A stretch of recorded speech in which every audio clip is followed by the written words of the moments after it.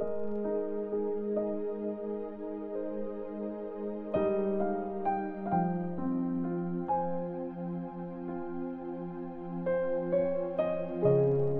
chapter 2. Ang wedding sa Cana. After 2 days, may kasalan sa bayan ng Cana sa Galilee. Nandun ang nanay ni Jesus. Invited din sa wedding sina Jesus at ang mga disciples niya. Nang maubos ang alak, sinabi ng nanay ni Jesus sa kanya, "Wala na silang alak." "Nanay, hindi pa ngayon ang time ko. Hayaan niyo na lang po ako sa gagawin ko," sagot ni Jesus. Sinabi ng nanay niya sa mga tauhan, "Gawin niyo kung anong ipagawa niya sa inyo." May 6 na malalaking jars ng tubig doon. Ginagamit to sa ritual ng paglilinis ng mga Jews. Nasa 20 to 30 gallons ng tubig ang laman ng bawat isa. Inutusan ni Jesus ang mga tauhan, "Punin niyo ng tubig ang mga jars na to." At pinunungan nila yon hanggang halos umapaw na.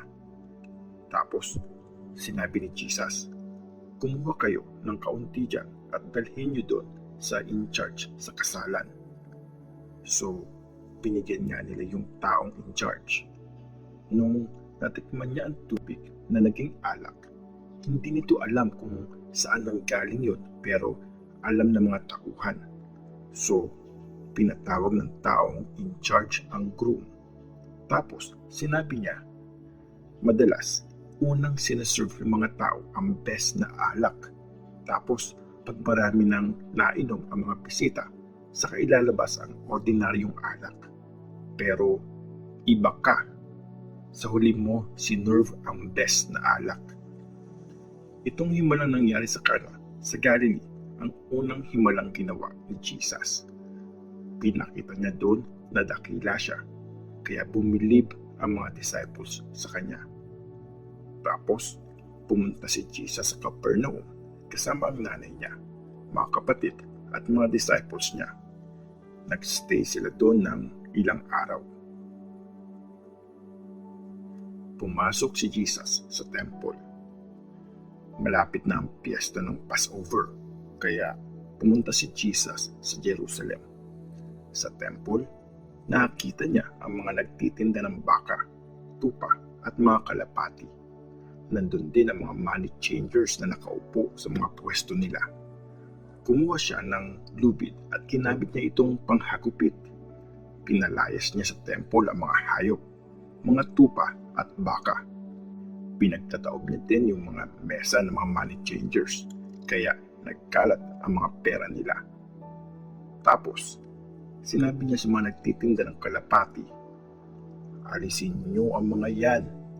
Huwag niyong gawing palengke ang bahay ng tatay ko."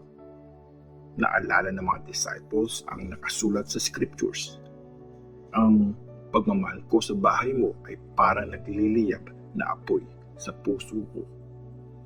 Binalikan siya ng mga Jewish leaders at tinanong, "Anong sign ang ipapakita mo para maniwala kaming may karapatan kang gawin ito?" Sumagot si Jesus, "Gibain niyo ang temple na to at itatayo ko ulit sa loob ng 3 araw." "Ano? Itatayo mo ulit sa loob ng 3 araw?" tanong nila. Inabot ng 46 years ang pagtatayo ng temple na to. Pero ang temple na tinutukoy ni Jesus ay ang katawan niya. So, nung binuhay na si Jesus, naalala ng mga disciples na sinabi niya to. Kaya naniwala sila sa scriptures at sa sinabi ni Jesus. Alam ni Jesus ang nasa puso ng tao.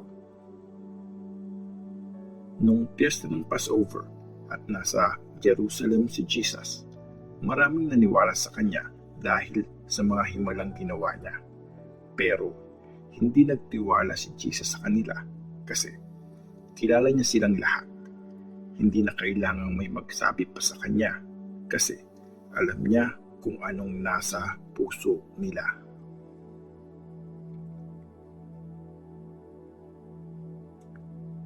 John chapter 3. Si Jesus at si Nicodemus. May isang Jewish leader na Pharisee, si Nicodemus.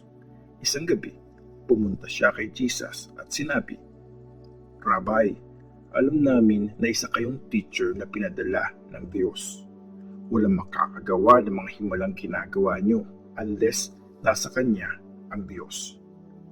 Sumagot si Jesus, "Tandaan mo, unless ipanganak muli ang isang tao, di niya makikita ang paghahari ng Diyos."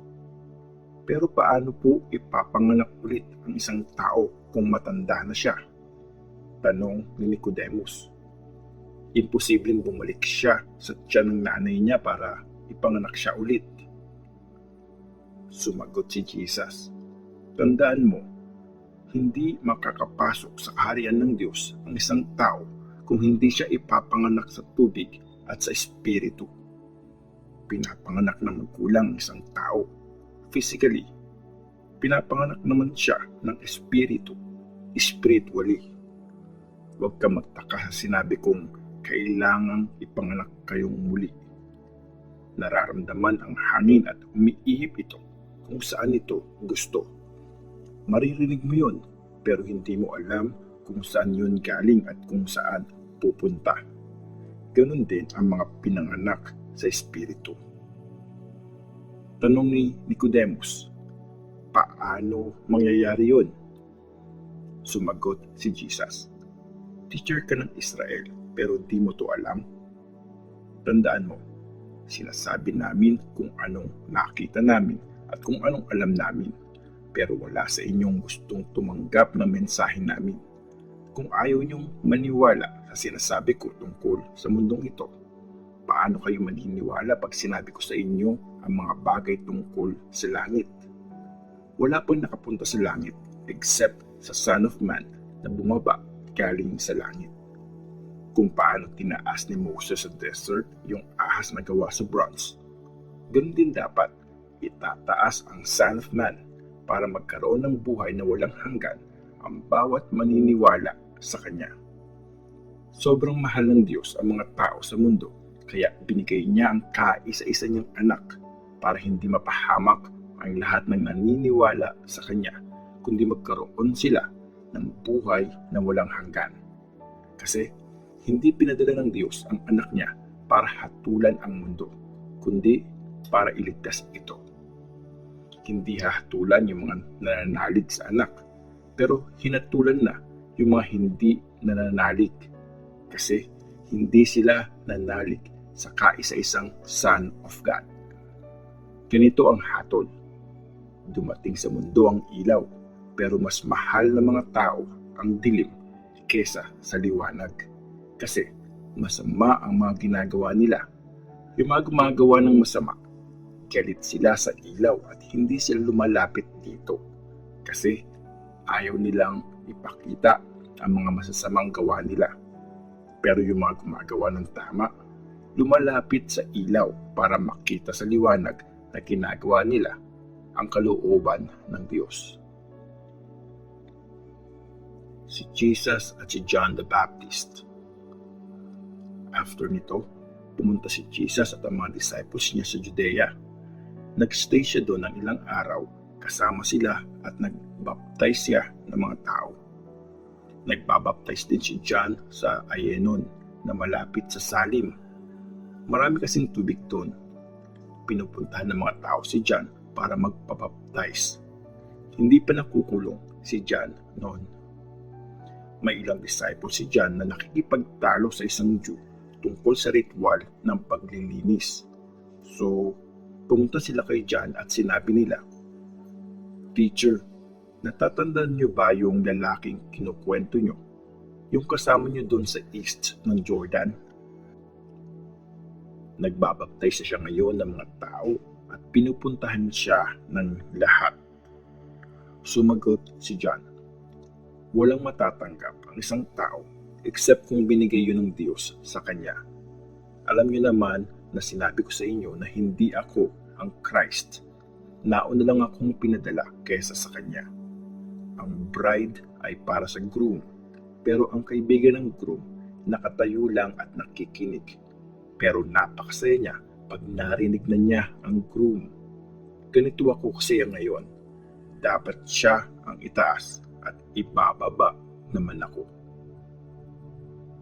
Ang dumating mula sa langit. Ang dumating galing sa taas ay higit sa lahat. Ang galing sa lupa ay para sa lupa at nagsasalita ng mga bagay tungkol sa lupa. Pero ang galing sa langit ay pinakamataas sa lahat. Sinasabi niya kung anong nakita at narinig niya, pero walang tumatanggap sa mensahe niya. Pero ang tumatanggap sa mensahe niya ang nagpo-prove na totoo ang Diyos. Yung pinadala ng Diyos ang nagsasabi ng mga salita ng Diyos kasi binibigay sa kanya ang buong kapangyarihan ng Espiritu.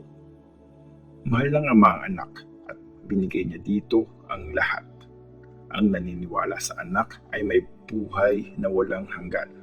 Pero hindi bibigyan ng buhay ang hindi sumusunod sa anak at patuloy silang paparusahan ng Diyos.